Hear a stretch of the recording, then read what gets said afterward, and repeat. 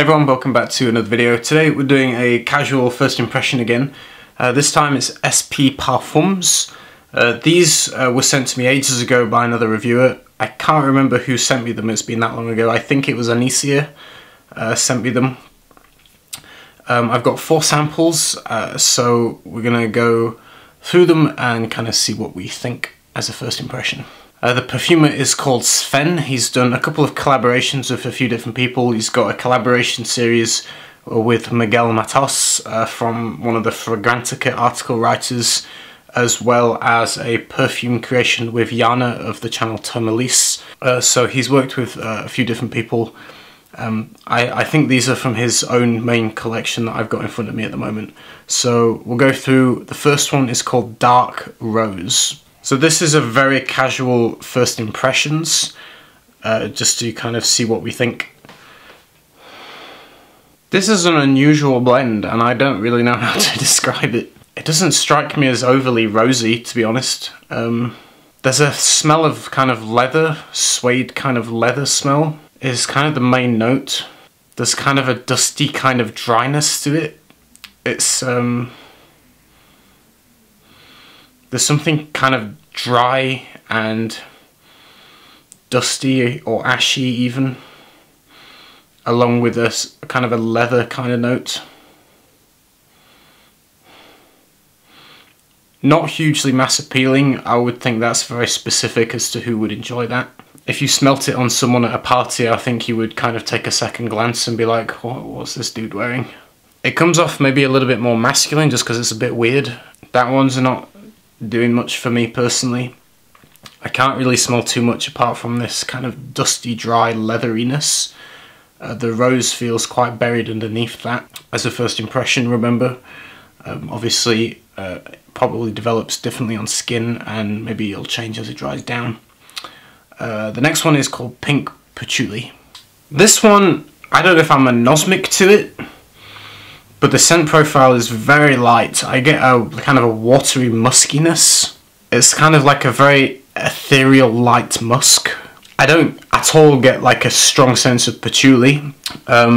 So I don't know what to make of that. It's light, musky, slightly, ever so slightly sweet, ever so slightly maybe a little tiniest bit powdery, but I don't get like a raw kind of dark green earthy patchouli whatsoever. That's worrying. I don't know if I'm anosmic to what I'm smelling or if it is just genuinely kind of light. And I'm genuinely not getting too much from that.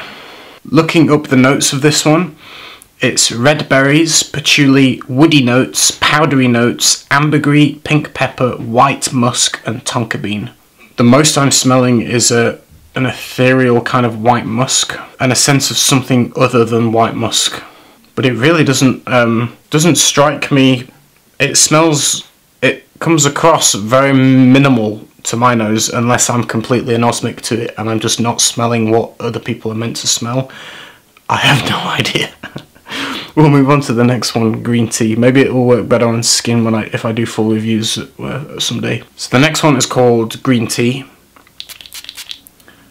So this one, bergamot, lime, grapefruit, green tea, amber, woody notes, and white musk. This one's nice. I like the opening is quite kind of zingy, zesty, refreshing. You definitely get a combination of those citruses. There's something in it that actually reminds me of cleaning fluid, actually. The initial kind of sparkle was quite nice. I kind of got a refreshing kind of citrusy opening. The more I smell it, it reminds me of floor cleaner. A lot of cleaning fluids used to clean wooden floors with have citrusy kind of smells to them, and this actually reminds me of I think that's a real danger when anyone is using citrus notes, especially things like lemon or lime, that it can have this kind of cleaner smell to it. This one does give me a feeling of kind of like a floor cleaner, which is unfortunate. Again, this one doesn't smell hugely like dynamic or complex. It smells pretty kind of, I mean, it might have a ton of materials in it, but the impression that it gives you is very minimalist and kind of light. kind of a combination of citruses and musks, I think, is the impression that it gives me. I don't too much, at least from a first impression, get a strong vibe of tea and not green tea, but that might develop as, you know, as it dries down.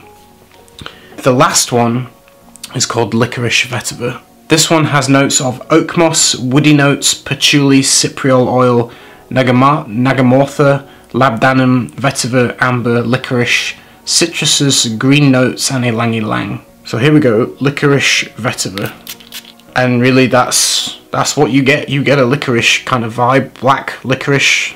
I don't personally like licorice. I don't like the taste of it. I don't particularly like the smell of it. If you like licorice, then that one will be completely up your alley. For me, it's not one I would ever wear myself on my own skin. Nothing too much is popping out on hugely other than just purely this tonality of licorice. There is something actually a little bit darker behind it. There is a sense of like a dry, dark woodiness behind the licorice note.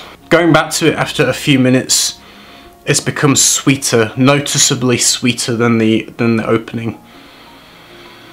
And almost a little bit powdery as well.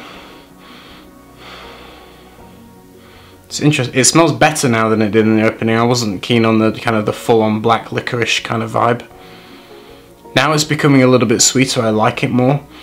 In the opening, I found it leaned more kind of masculine, and I kind of imagined kind of a darkly dressed dude, like with black leather jacket and dark hair, and you know, that kind of vibe. That's just the kind of vibe that it gave me.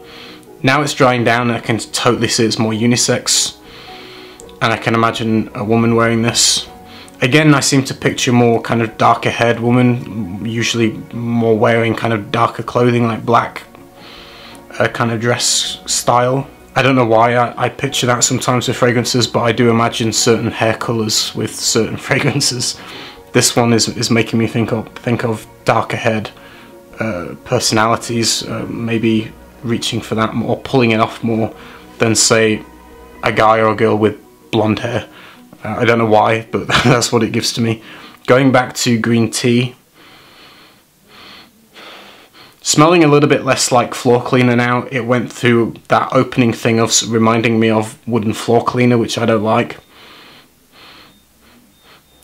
But the citrus is toning down and you're getting a muskiness that's not very exciting. It's a little bit bland. It's not interesting enough for me to want to smell it. It's very nondescript, casual kind of, just kind of slightly citrusy, slightly musky, nothing in particular, no real direction, or it's not grabbing me in an interesting way, and I don't get too much of a green tea note either. So that one really is not cooking it for me. Going back to pink patchouli, this one is very mild. I get a very, very soft woody muskiness. I don't smell any natural patchouli. I don't get any kind of dark green earthy patchouli vibes. It might use something like a synthetic kind of patchouli, I have no idea. What I'm smelling is a muskiness that's not very specific. It doesn't smell very complicated, at least it's not coming across that way to me. I genuinely don't know if I'm anosmic to this thing. It would explain a lot if I am.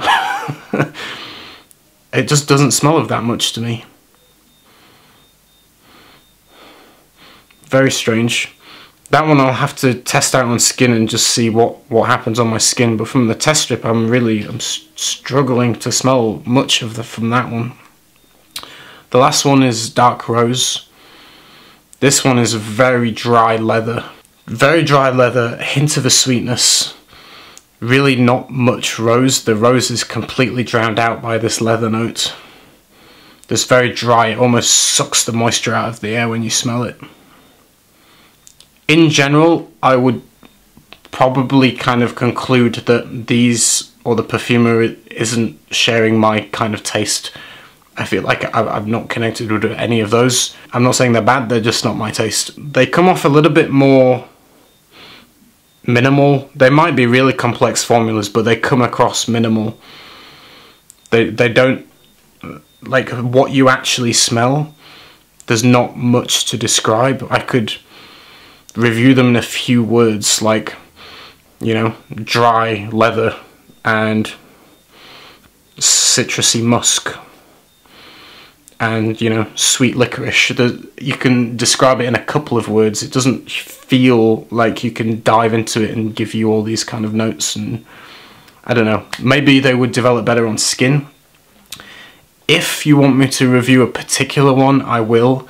Obviously, I don't make up my mind on a fragrance purely based on a first impressions on a test strip. I will wear them on skin in my own time in the next couple of months and decide whether I want to review them or not. If they don't kick it for me, I just probably won't ever bother reviewing them fully, unless you specifically ask me to review a specific one.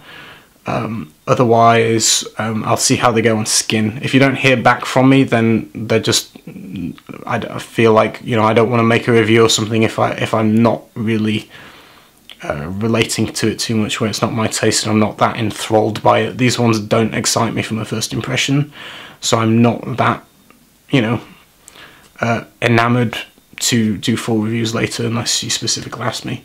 Hope you enjoyed the video. Sorry these ones are not my taste, but you guys know I'm picky. I'll see you again next time with another video. The next one will be a full review from Mask Milano. So I'll see you again soon. Take care everyone. Bye.